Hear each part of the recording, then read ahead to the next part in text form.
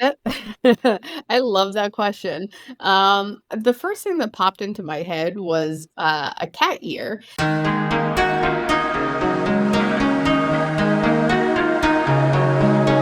Well, Tracy, so nice to see you here and for you to be on the show. So, what I try to do with these episodes is I want to highlight to the people listening in or watching on YouTube is who are my guests, what do they do, and how they can help others. So, let's just get right into the first question. Who are you? Sure, that's a very loaded question. I will try to fit that in within 45 minutes, but, like you mentioned, my name is Tracy. Thanks so much for having me on your show. And, I guess a little bit of background from me. I grew up in New Jersey originally. That's why I speak a little bit quicker and sometimes use my hand gestures. But grew up, spent most of my early life up there. Went to college in upstate New York, so about an hour away from where I grew up. And I had this really sheltered, pretty tiny existence when I was a kid. Grew up on a cul-de-sac, that whole story. And in college, I had, like I said, gone to a college about an hour away, so still kind of in that little bubble. But it was the first real time that I had traveled abroad. I had done domestic traveling with my family as a kid to, down the Jersey Shore or to Ocean City, Maryland, or one trip to California. We did a few international to Jamaica and Canada, but for the most part, a lot of our childhood trips were domestic, and my parents got the fun international trips. But in college, I got the opportunity to travel abroad to England as well as Greece and Canada. So it was the first real time that I was a pseudo adult getting to travel abroad, experience new cultures and customs and people and languages and things like that. And it kind of ignited this passion of travel for me. And I didn't necessarily think of it as a job or a career, but several years after this experience, I knew I just loved travel and took 2 months after college to travel to 11 countries in Europe. I was kind of prolonging that adult life and just wanted to experience as much as possible.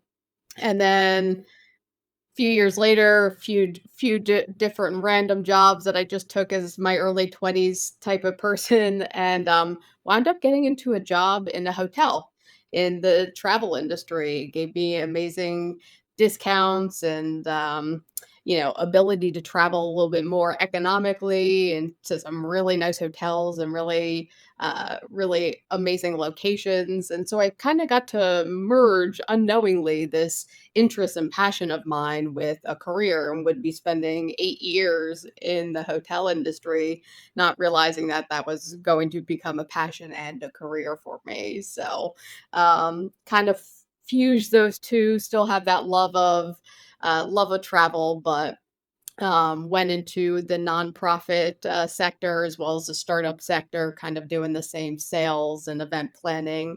And just recently decided to start out on my own and do consulting instead of working in house for venues. So it's definitely been an interesting ride, but one that I never saw coming from that initial interest as a late teens, early 20s, and a random trip to England and Greece. That's awesome. That's fantastic. So, are you still in that northeast part of the United States now, or did you find a different part even here in America that you decided to settle down in? Yeah, that's a great question. I actually currently reside in the Tampa Bay area.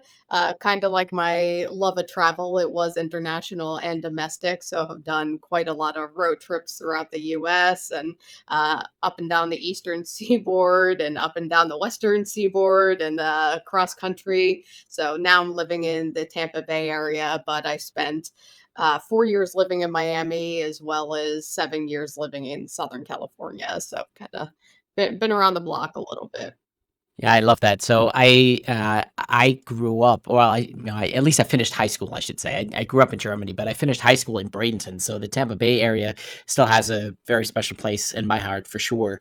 I did college and medical school in Miami. So the Sunshine State is something that is still near and dear to my heart as well. So I love that you're there on the Gulf Coast. Those beaches are absolutely spectacular. And yeah, no, Yeah. that's awesome. So, um, you got to international travel then in college, and what was it really about that you think that got you hooked? Like, what was it that you made you think, "Oh, I need to see all these different countries, these different cultures, eat different foods, spend hours at airports," right? I mean, what you know what's involved with international travel? Like, what was it that drove you to explore the world like that?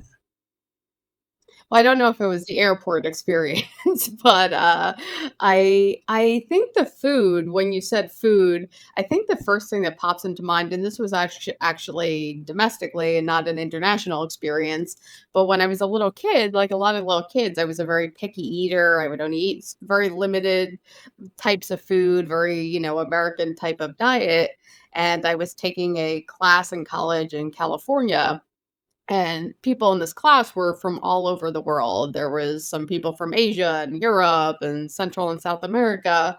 And so it was just like a very diverse group. And so they not all of them wanted to have this typical American diet for every single meal. And I remember eating with one of my friends. And so she's like, "Do you want to have Japanese food?" And I had never had Japanese food before, but I was 19. I just wanted to make friends and I wanted to fit in. So I said, "Yeah, sure, sure."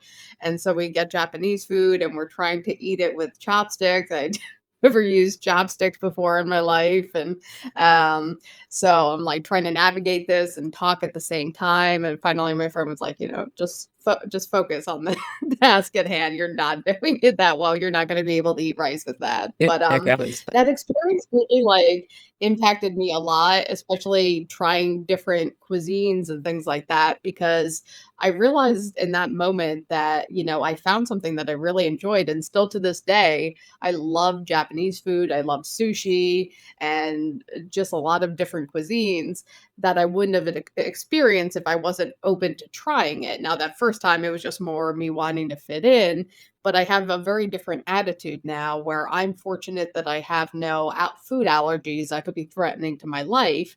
And I'm also very fortunate within limits and within reason, I can afford food. So if my worst case scenario is I just don't like something and I don't have it again, that's a really great position to be in.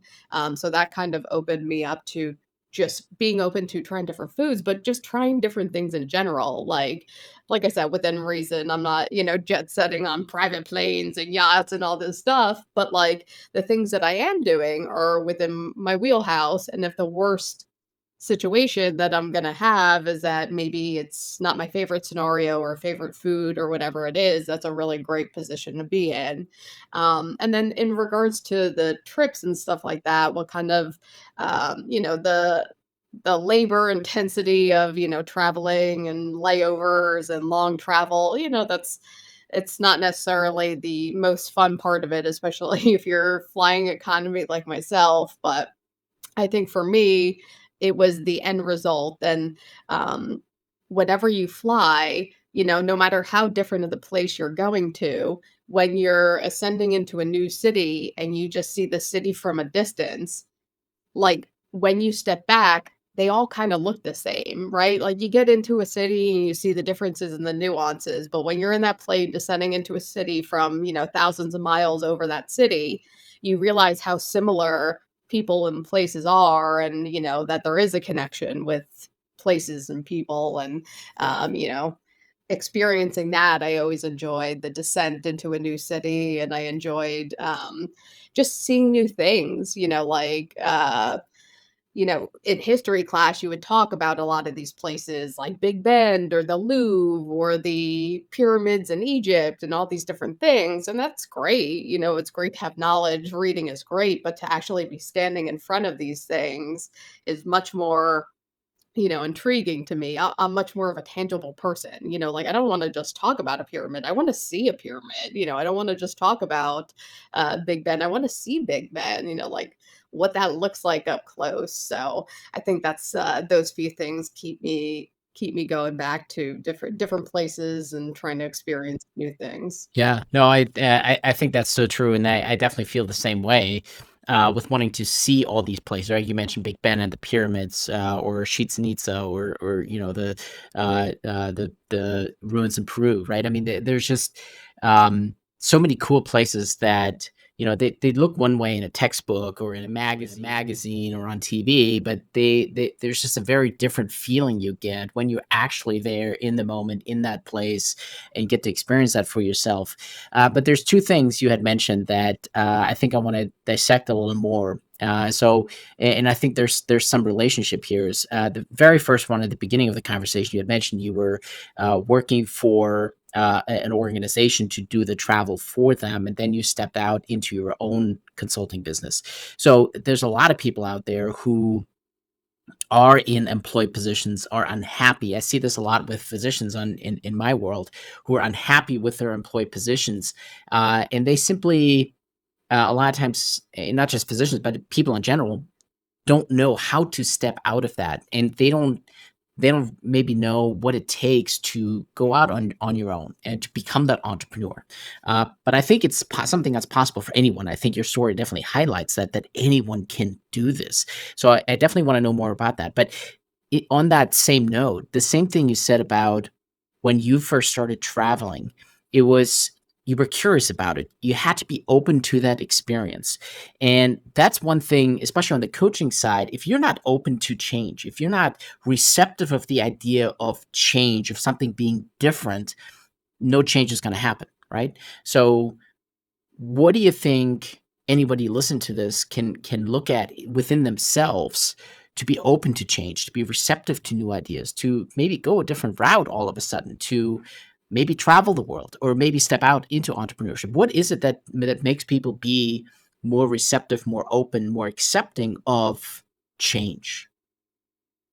Yeah, and that it's funny, that's an interesting question, and I don't think that I was great with change as a younger kid. Like I said, I kinda grew up in this very sheltered bubble situation. I was a younger child, I didn't have younger kids, younger siblings or nieces or nephews coming in that, kinda threw a wrench in my little life, and having to deal with change. We lived in the same house from the time I was 2 until after I graduated college. So there was not a lot of major change that I needed to deal with. And I found when I look back on things that when things started to change for me in my teens and 20s, like going to college or just different things, having to go into the workforce, I was not as equipped to handle that because while I'm very grateful for my childhood and have no complaints at all, I really didn't have to deal with extreme changes that most adults have to deal with.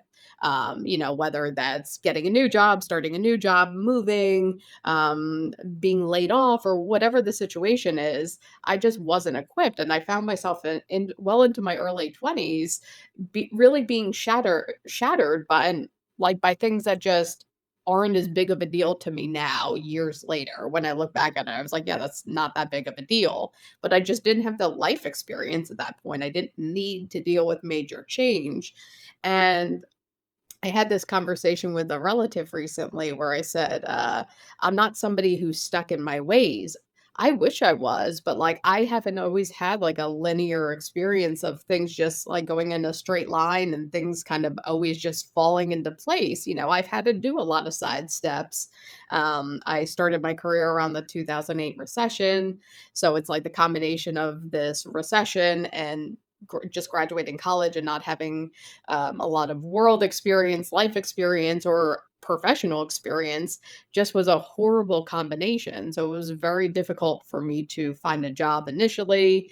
And then finally, when, I got employment, built up a career, then a pandemic happened when I was in an industry that was, one of the top industries affected by this global pandemic. Now, some will argue, and I agree, that every industry was impacted in one way or another with the global pandemic. But working in travel and working in events, nobody was traveling. Nobody was, holding events. So, I was impacted once again in my career and kind of having to sidestep. So, I, yes, I think some of it is a uh, openness on my end of, being open to change, whether it's little or big. But some of it was just genuinely thrust upon me, where like I could either sit there and wallow and cry about it, or I could just run with it and do something about it. And, we all have our moments of wallowing and, pity for a day. So I'm not saying I'm above that. But I just can't sit there and be like, oh, what am I? Well, do something about it, change, if this isn't working, you have to do that. I've taken a lot of side jobs and, tried a lot of different things because I know I'm the only one paying my bills. Like somebody needs to pay these bills, and I need to figure it out. So I think the openness to change, like I said, had a little bit to do with my personality, but a little bit to do with circumstantial. Um, and then when it came to being an entrepreneur, I didn't have entrepreneurs in my family, and I was also very happy to work in house. That's kind of how I started my career and have spent most of my career for the last 15 plus years. I didn't necessarily have a desire to go out on my own. Um, but in the last year, I got laid off about a year ago, and I was doing everything you could possibly think of. I was networking, I was applying, I was reaching out to recruiters, I was volunteering, XYZ. I thought I had, I knew I wasn't naive enough to think that, oh, I'll have a job in a day or two. But I was like, 3 to 6 months, I'll have this figured out. There's a strategy, it's a numbers game. I got this. 3 months came and went, 6 months came and went, a year plus came and went, and I kind of feel about it the way some people feel about, like, leasing cars or, renting apartments, where they're like, "I'm spending all this time and money and not getting anything at the end of it." That's how I felt with applying for jobs for these companies. It's just such a tough market that I put all this time and resources and energy into applying for jobs, networking, interviewing, all these different things, and I got nothing out of the end of it. And I was like, what if I just took that time and energy and put it into something for myself?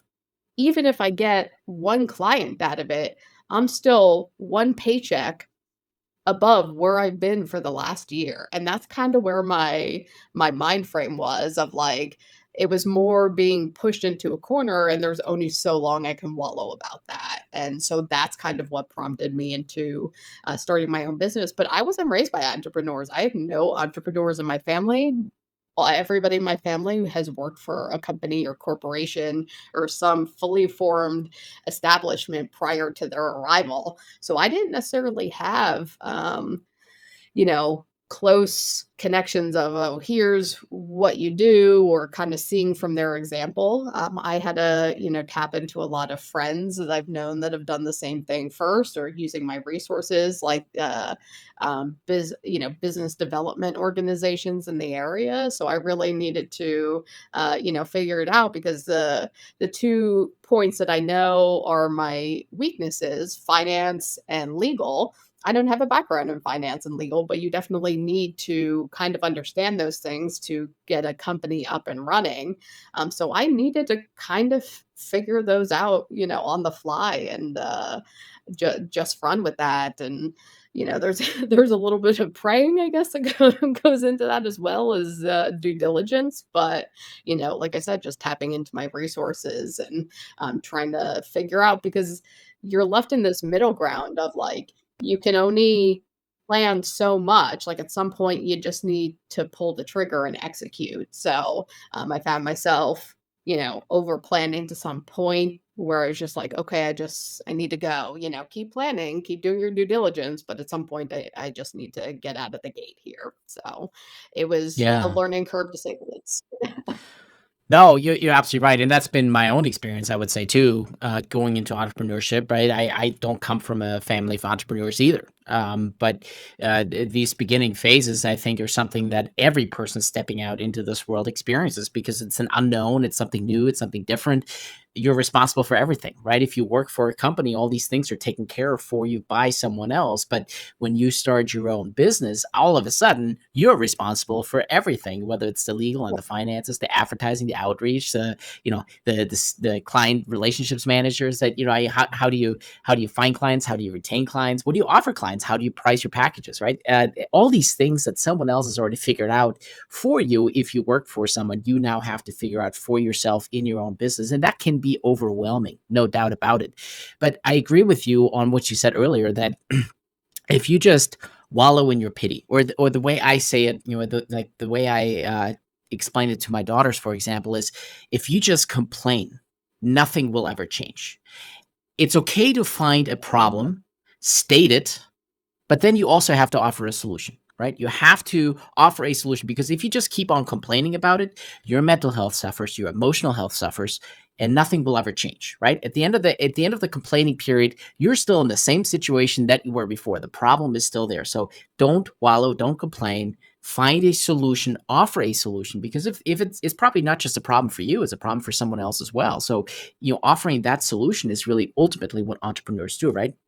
That's all entrepreneurs do. They solve problems. That's all they do. So with all that said, I think your experience into entrepreneurship is very similar to mine, with, like I said, all those extra steps you have to do, all those things you have to think about that you don't even know you need to think about, possibly. So what has helped you along the way, or someone listening to this that is overwhelmed by the idea of stepping out from an employed position and spinning off on their own?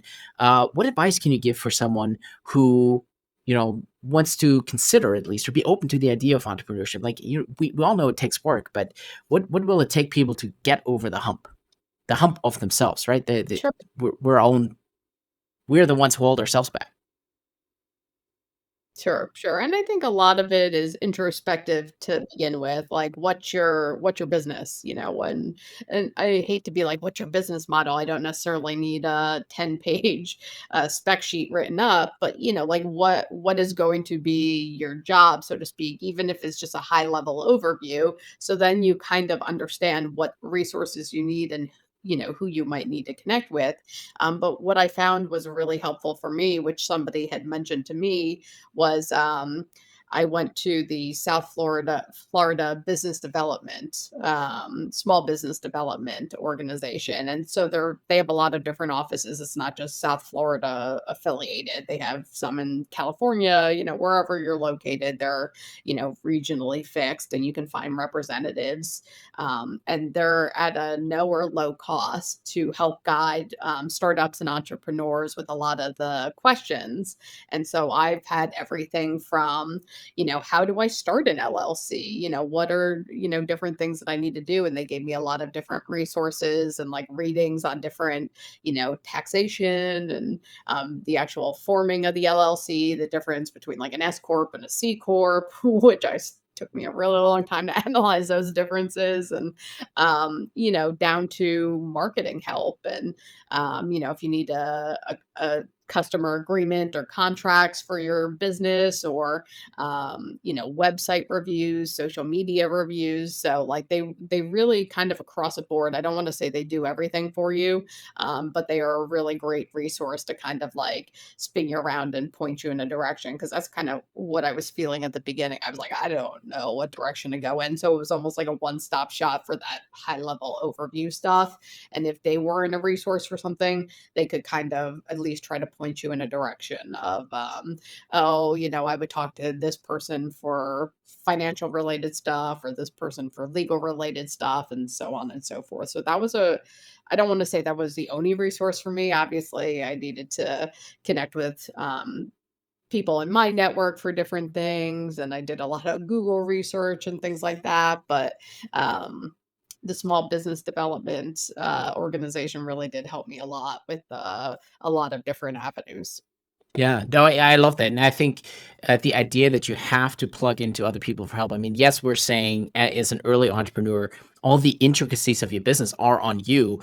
That doesn't mean you can't reach out for help, right? That, and like you said, you find the right people to help you learn all these different aspects of your business, so that you can be better at what it is that you're doing, grow your business to a point where you can then start to hire someone or outsource a certain task to take that off your plate, so you can continue working on the business and less in the business, right? And that's the whole idea. And I think you've done a beautiful job of describing that process. Absolutely reach out for help. I mean, that's where coaches like me come in, right? There's tons of business coaches out there. There's resources, like you said, with the small business support that's offered locally in many communities. as well as online. There's tons of groups online that can help you with specific areas of your business. You just gotta look for it, right? And the help is out there. It's not like no one has ever started a business before, right? Tons of people have. So Yes. all the problems in business have already been solved. You just got to find the answers to the problem that you have in front of you and figure out who the right person is to help you solve that problem for your own business. But all the business problems essentially have already been solved. So that's awesome. I love that. Yes, you have to do it on your own, but go out and find the right resources to help you, right? Because we're not meant to live this life in isolation. So it's your network can help. But like you, my network is not full of entrepreneurs. So for me, I cannot just pick up the phone and call one of my friends and ask for help. I wish I could, but I have to Yeah. rely on strangers online, right? That I make connections with to help me out with the things even in my own business. So I think that that's perfectly normal. So what is it that your business now does? What do you do? What's your? I know it's a consulting business with travel. So what is it that you do, and who are your ideal clients? Yeah, yeah. So the business that I just recently started, just 2 months ago was, corporate event planning. So that's what I had done when I was working for Marriott and Hilton and Industrious. I was working for the venue, primarily focusing on corporate customers who needed business meetings or company offsites or things like that. I had done like social events and things of that nature that weren't just corporate, but my expertise is a little bit more the corporate business and corporate travel needs. So that's what I made a consulting business on. So I'm focusing on event planning needs for the corporate customer. So if ABC company is having a regional meeting in say the Tampa Bay area, I will assist them from sourcing venues to contract negotiations to finding and managing vendors, to being on-site support if they do need assistance with travel arrangements for their associates flying in, tech support for audio visual capabilities if they're having a virtual component for some of their associates. So it's kind of, I like to say, the glue that's sticking everything together. Of you're getting the information and you're just solidifying it for a Yeah. lot of different moving pieces. No, I love that, and this really highlights again the idea of the entrepreneur, right? You're solving a problem, and like you said, all these large corporations, if they have this idea, I want to put this event together, but they're not in the event space, right? So how do you find the right venue? How do you find the right, the right food for the venue, the right music for the venue, the right setting for the venue, right? Is it close to hotels? Is it close to, other events that are happening at the same time that might crowd out your space or maybe overlap, and there could be some synergy with other events happening there. So, like you said, it's that glue that holds you together, and that's really what, like I said, entrepreneurs do. They solve problems, and here you are solving a problem for these large organizations. Providing that service is absolutely necessary to host these corporate events because the corporations by and large, I mean, some of them will have that in house, but they're mostly going to be in the hospitality industry. If you're in the tech industry, you're not going to have those event planners in house, for example. So it makes perfect sense that someone like you exists. So for you specifically, are you only looking at doing these corporate events in the Tampa Bay area, or do you have, do you cover all of Florida or the whole country, or what is it? What's sort of your geography that you operate in? Yeah, right now I am focusing on anything domestic in the continental US. So, at some point I may consider international needs if that's a, need I find I need to fill at some point. But right now I'm just looking in and around the US. And I'm not specifically holding it just to the Tampa Bay area because some people may just need, like the planning aspect of it. They're like, hey, it's not that intricate or not that big of a event or meeting. We don't necessarily need the production component of it, but just like the logistic back end things. So I can really do that from anywhere and don't just need to assist. And then if it comes to, they do need on-site production, I mean, it's quick enough to fly within the US. So that doesn't become too much of a hindrance if on-site production is needed. Yeah, that's pretty awesome. So, who is your ideal client? Like somebody listens to this, they may be working still for a larger corporation because they haven't spun out on their own yet, and they're thinking, "Hey, we have this thing coming up in a few months. I wonder if Tracy can help us out." Like, who's what's the phone call? What's the email that really gets you excited? Yeah, I mean, I think I enjoy, different scopes for different reasons. The major corporations, some of them probably will have in-house support, in-house event planners, just because they're a major corporation.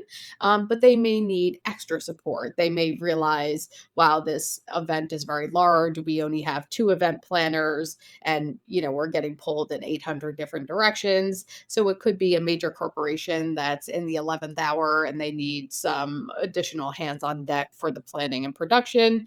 But I think what really excites me is, the people kind of in a similar circumstance to myself, smaller companies, startups, entrepreneurs, tinier organizations that may not have the resource that those Fortune 500 companies have, but they're trying to scale. They need to hold this in-person meeting.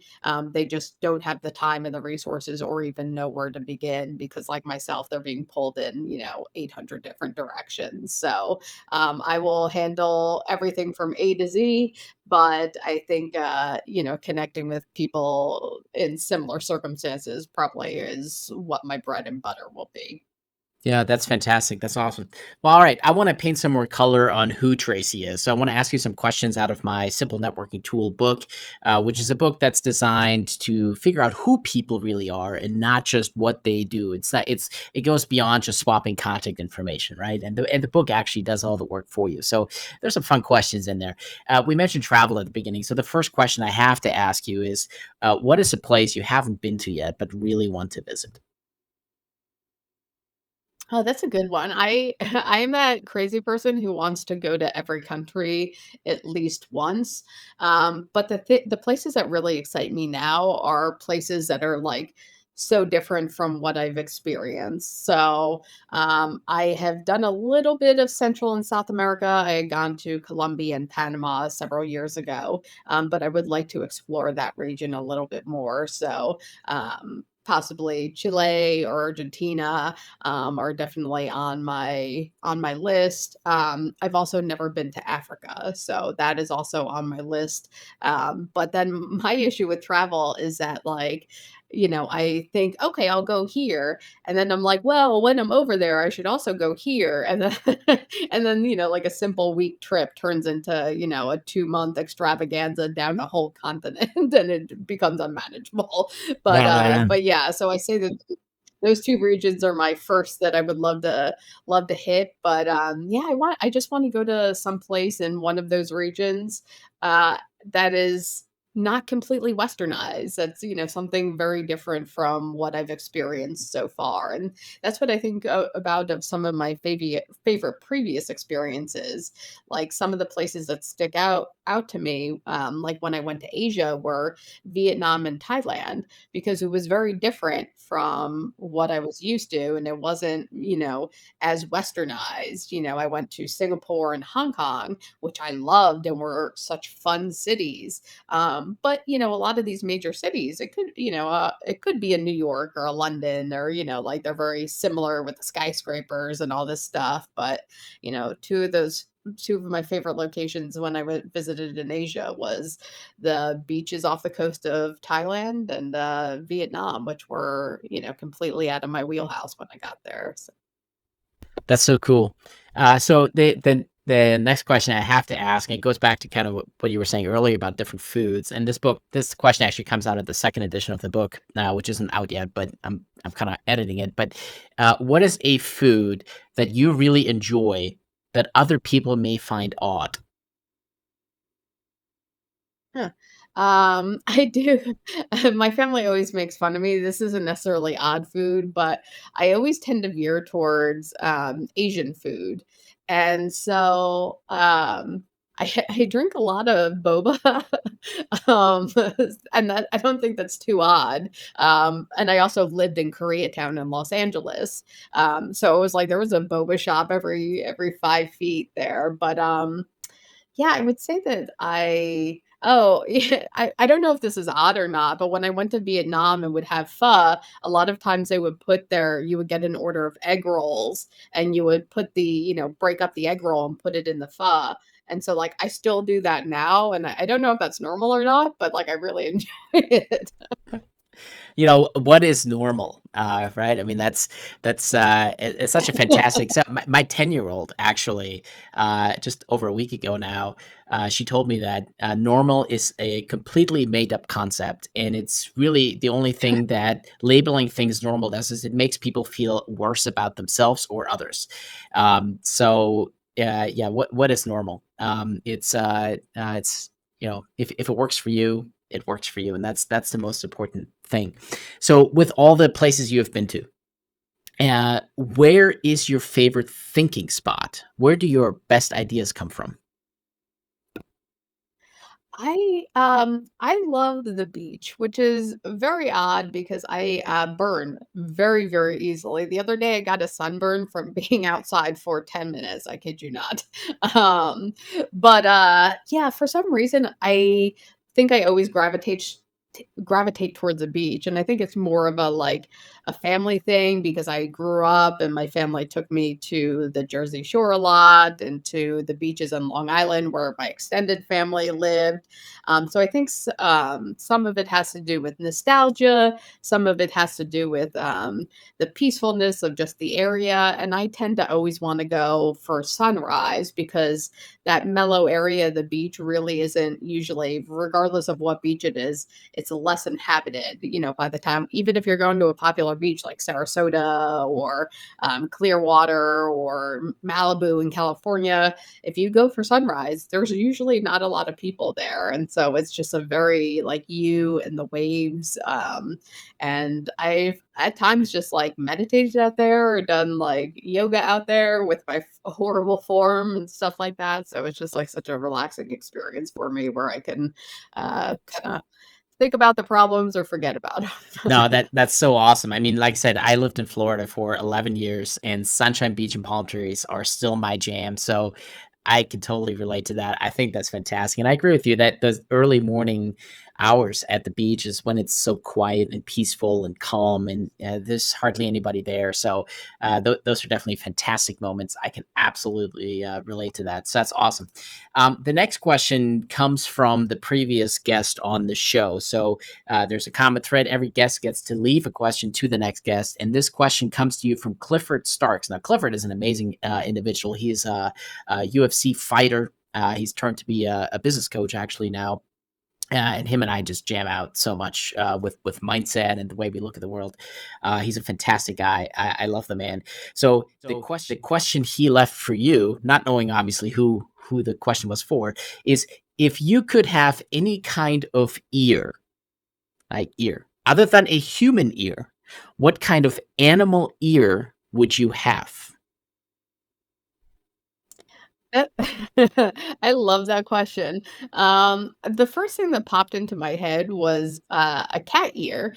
Um, and the reason I thought this was for several reasons. I have a cat, so I'm very acquainted with the cat ear. But also, they just have such great hearing. And I could open like the bag of food for them and they could be in another room and just bolt in. I was like, wow, to have such great hearing that they're like, I know that's a tuna can. I am coming right now. I was just like, yeah, I don't know if any of my senses are that astute as the cat's hearing and ears are. So I have to say that that was the first thing that popped in my head. And I think dogs have pretty good hearing as well. So I would say that I'm probably pretty equal on, I'll veer towards a cat ear because I have a cat, but dog or cat ear would probably be the ones I'd go for. So.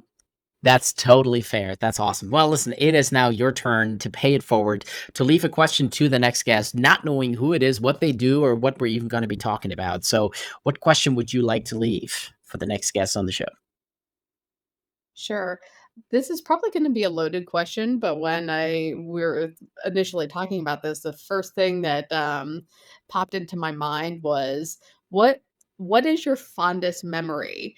And I know that that could be a very big or loaded question, but I feel like all of us have like a time or a moment, and it could be like a little experience, like going to see a show or a trip, or it could be, promotion, but like a experience that like you tell the tale a lot and you think about it a lot. It always brings a smile to your face. So that was the fondest memory would probably be my question to that next No, person. it's a fantastic question. I love it. So I wrote it down, and I'll be sure to ask the next guest when we record. So make sure you listen to the episode after yours to find out what the answer is and who is going to be giving you the answer to your wonderful question. Tracy, this has been amazing. If people want to reach out to you for their corporate event planning, how can they do so? How can they connect with you? Sure, sure. So my website has all my contact information and the information on my business, and that website is chasingwonderful.com. So they can find all information on the organization as well as how to reach out to me. Fantastic. I'll make sure all those links are in the description below. So anybody who wants to reach out can do so readily and easily just by clicking below. Trace, has been wonderful. Any last words from you to the world? Yeah, I just just do your best. I feel like is all we're ever can do, and that'll I feel lead you to that next step. So just keep positive, keep trucking along. That's right. Do your best and forget the rest. I can absolutely relate with that. Awesome. Thank you so much for being here today. Thank you for taking your time to spend time with me and discuss your journey to entrepreneurship and all the wonderful event planning you're doing now. Thanks again. I hope you have a wonderful rest of the day. And I know if I ever need any corporate event planning, I know who to go to. Thanks so much, and thanks so much for having me.